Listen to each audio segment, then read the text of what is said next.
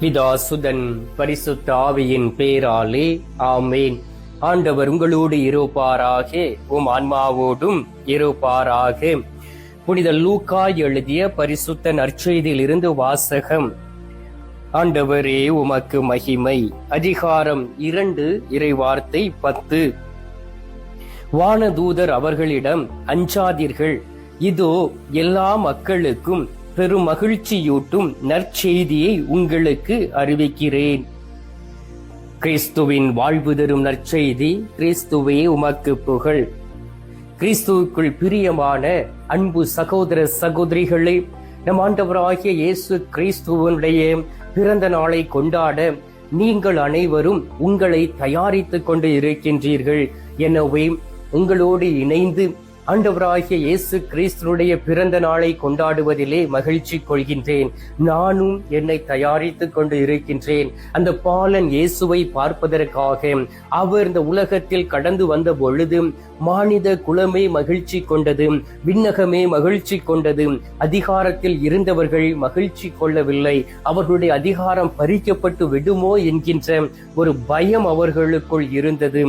ஆனால் ஆண்டவராகிய இயேசு கிறிஸ்து உலகிற்கு மகிழ்ச்சி கொடுப்பதற்காக, ஒவ்வொரு தனி மனிதனுடைய வாழ்க்கையிலே மகிழ்ச்சியும் சந்தோஷத்தையும் கொடுப்பதற்காக அவர் மனிதர்களை தேடி வந்தார்.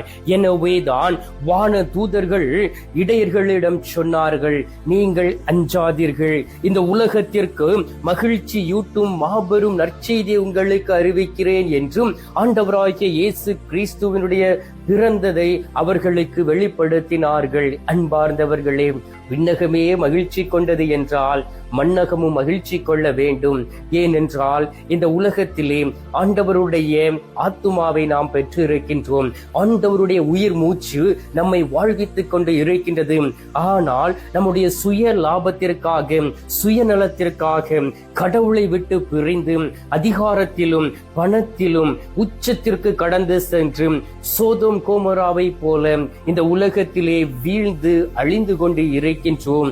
இந்த நாளிலே ஆண்டவராகிய இயேசு கிறிஸ்து உங்களுக்கு மகிழ்ச்சியை கொடுக்கின்றார், உங்களுக்கு சந்தோஷத்தை கொடுக்கின்றார். இந்த உலகத்திலே நீங்கள் வாழ வேண்டும் என்று ஒரு நம்பிக்கை உங்களுக்கு தருகின்றார். நீங்கள் இந்த உலகத்தில் எல்லோரையும் போல் இல்லாமல் நீங்கள் தனித்துவம் பெற்றவர்களாக, அவரோடு இணைந்து இருந்து செயலாற்றுகிறவர்களாக மாற வேண்டும் என்பதுதான் அவருடைய விருப்பமாக இருக்கின்றது. எனவேதான் இந்த நாளிலே உங்களை தேடி வந்திருக்கின்றார். என் பிள்ளைகளை தேடி செல்லுவேன், என் பிள்ளைகளோடு பேசுவேன், என் பிள்ளைகளோடு அமர்ந்து இருப்பேன், என் பிள்ளைகளோடு இருந்து நான் உணவு அருந்துவேன் என்றும் அவர் தன்னையே இந்த உலகத்திற்கு வெளிப்படுத்தினபடியினால் நமக்குள் அந்த மகிழ்ச்சி கடந்து வருகின்றது. திருவெளிப்பாடு 3வது அதிகாரம் 20வது இறை வார்த்தை வாசித்து பாருங்கள். இதோ வாசல் அருகி நின்றும் கதவை தட்டி கொண்டு இருக்கின்றேன். யாராவது ஒருவர் என்னுடைய குரலை கேட்டு கதவை திறந்தால் அவர்களோடு நான் உள்ளே சென்று பந்தியில் அமர்ந்து உணவு அருந்துவேன் என்று சொல்லப்பட்டு இருக்கின்றது. ஆம் அன்பார்ந்தவர்களே, நம்முடைய வாழ்க்கையில் சமாதானம் தேவை, நம்முடைய வாழ்க்கையில் மகிழ்ச்சி தேவை. ஆண்டவரை நம்முடைய வீட்டிற்குள், நம் உடலாய் இருக்கக்கூடிய அந்த வீட்டிற்குள் நாம் அவரை அனுமதித்து விட்டால் நடக்கக்கூடிய காரியம், அவர் நம்மிடம் தங்கிவிடுகின்றார். அந்த மகிழ்ச்சி நற்செய்தியை தான் அவர் வெளிப்படுத்தினார். ஒவ்வொரு பிள்ளைகளுக்கும் அவர் அழகாக சொல்லிக் கொடுத்தார். தகப்பன் தன்னுடைய பிள்ளைகளுக்கு கற்றுக் கொடுப்பதை போல அவர் கற்றுக் கொடுத்து கொண்டே இருக்கின்றார். எனவேதான் நீங்கள் வாசித்து பாருங்கள். லூக்கா நற்செய்தி 13-14வது வசனத்திலே, 2வது அதிகாரம் 13-14வது வசனத்திலே, உடனே விண்ணக தூதர் பேரணி அந்த தூதருடன் சேர்ந்து உன்னதத்தில் கடவுளுக்கு மாட்சி உரித்தாகுக, உலகில் அவருக்கு உகந்தோருக்கு அமைதி உண்டாகுக என்றும் கடவுளை புகழ்ந்தது. ஒரு மனிதனுடைய வாழ்க்கையிலே அந்த அமைதி கடந்து வந்து விடும் என்றால் அவன் மகிழ்ச்சியின் உச்சக்கட்டத்திற்குள் கடந்து செல்லுகின்றான். தூதர்களுக்கு இடையே ஒரு மகிழ்ச்சி வருகிறது என்றால் அந்த மகிழ்ச்சி நமக்குள்ளும் கடந்து வர வேண்டும். ஏனென்றால் நாம் அனைவரும் தூதர்களால் சூழப்பட்டு இருக்கிறோம். இந்த உலகத்தில் எந்த இடத்தில் இருந்தும் நீங்கள் இந்த செய்தியை கேட்டுக்கொண்டு இருக்கலாம். உங்களை சூழ்ந்து தூதர்கள் இருக்கிறார்கள். உங்களை பாதுகாப்பதற்காக ஆண்டவர் வல்லமை மிக்க தூதர்களை அனுப்பியிருக்கின்றார். எனவே இந்த நாளிலும் கூட ஆண்டவர் தரக்கூடிய அந்த மகிழ்ச்சியை நாம் பெற்றுக்கொள்ள வேண்டும். யோவான் நற்செய்தி 15வது அதிகாரம் 11வது இறை வார்த்தையை வாசித்து பாருங்கள். என் மகிழ்ச்சி உங்களுள் இருக்கவும் உங்கள் மகிழ்ச்சி நிறைவு பெறுவவே இவற்றை உங்களுக்கு சொன்னேன் என்றும் அவர் சொல்லுகின்றார். ஏனென்றால் ஆண்டவர் நமக்கு மகிழ்ச்சியை கொடுக்கும் பொழுது அந்த மகிழ்ச்சி நமக்குள் தங்க வேண்டும். ஒரு வீட்டிற்குள் அமைதி கடந்து வரும் பொழுது அந்த அமைதி அந்த வீட்டிற்குள்ளும் அங்கே வாழ்கிறவர்கள் நடுவிலும் அது தங்க வேண்டும். அப்படி அமைதி தங்கவில்லை என்றால் அந்த குடும்பத்தில் இருக்கிறவர்கள் ஒரு சமாதானத்தை இழந்து போய் விடுவார்கள். அந்த குடும்பத்தில் நாம் பார்த்தோமே என்றால் நிம்மதி இருக்காது அன்பார்ந்தவர்களே. எனவே ஆண்டவருடைய மகிழ்ச்சி எனக்குள் நிறைவு பெற்று இருக்கிறதா என்பதை நீங்கள் ஆய்ந்து அறிந்து பார்க்க வேண்டும். உரோமியர் 15வது அதிகாரம் 13வது இறை வார்த்தையை வாசித்து பாருங்கள்.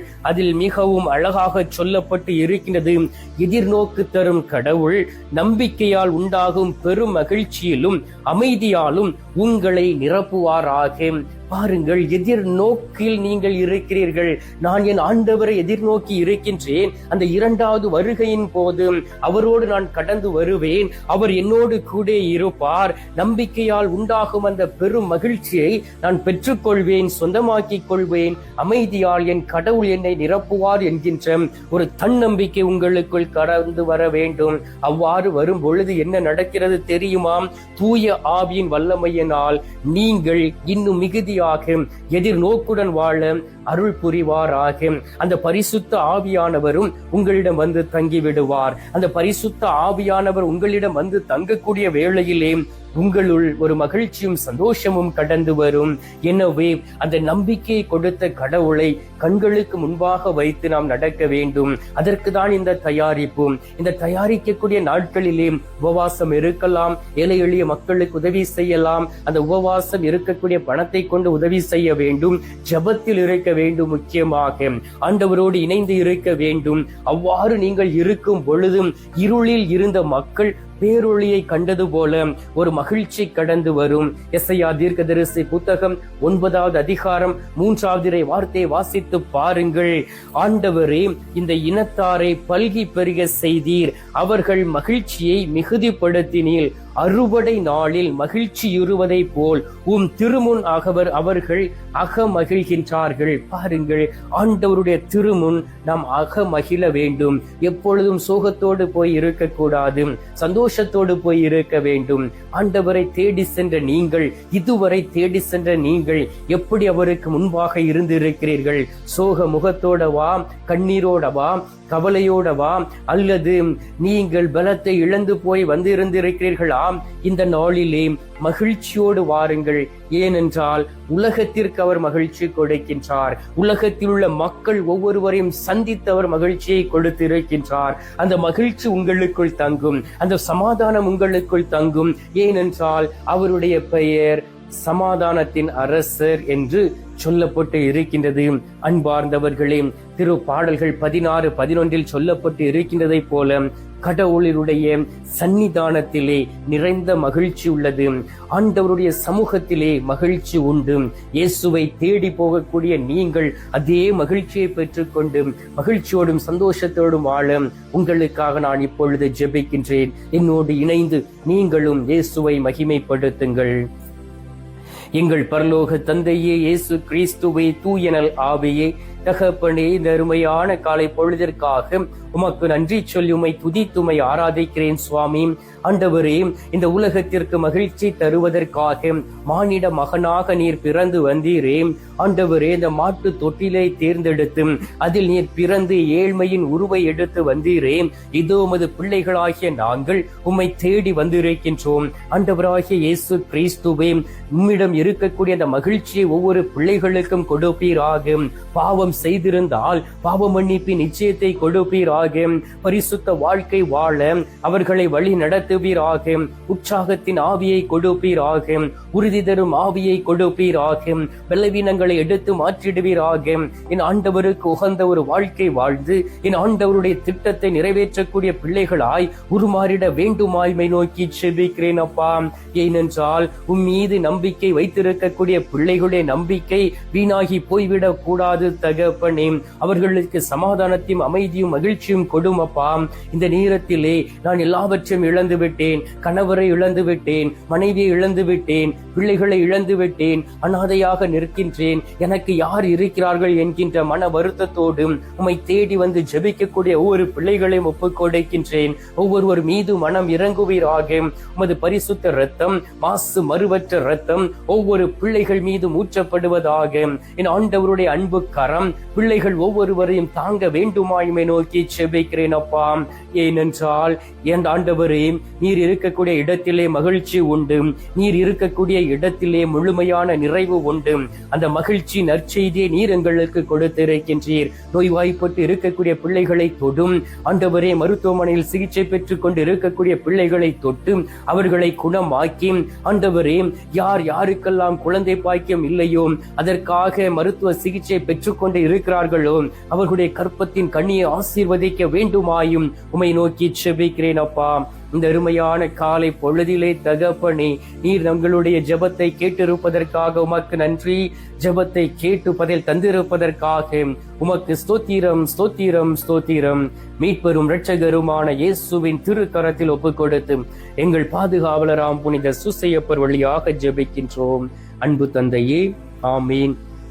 பரலோகத்தில் இருக்கிற எங்கள் பிதாவே, உம்முடைய நாமம் அர்ச்சிக்கப்படுவதாக, உமது ராஜ்யம் அருக, உமது சித்தம் பரலோகத்தில் செய்யப்படுவது போல பூலோகத்திலும் செய்யப்படுவதாக.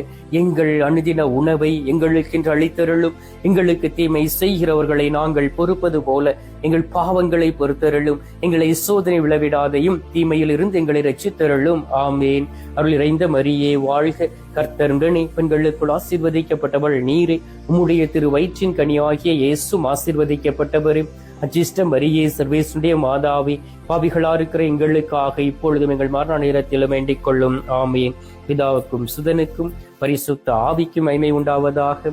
ஆதியில் இருந்தது போல இப்பொழுதும் எப்பொழுதும் என்றென்றும் இருப்பதாக. ஆமேன். அன்பார்ந்தவர்களே, நற்கருணை நாதர் தரும் அந்த மகிழ்ச்சியில் பங்கு கொள்வோம். அந்த மகிழ்ச்சியோடு சந்தோஷமாக வாழ்வோம்.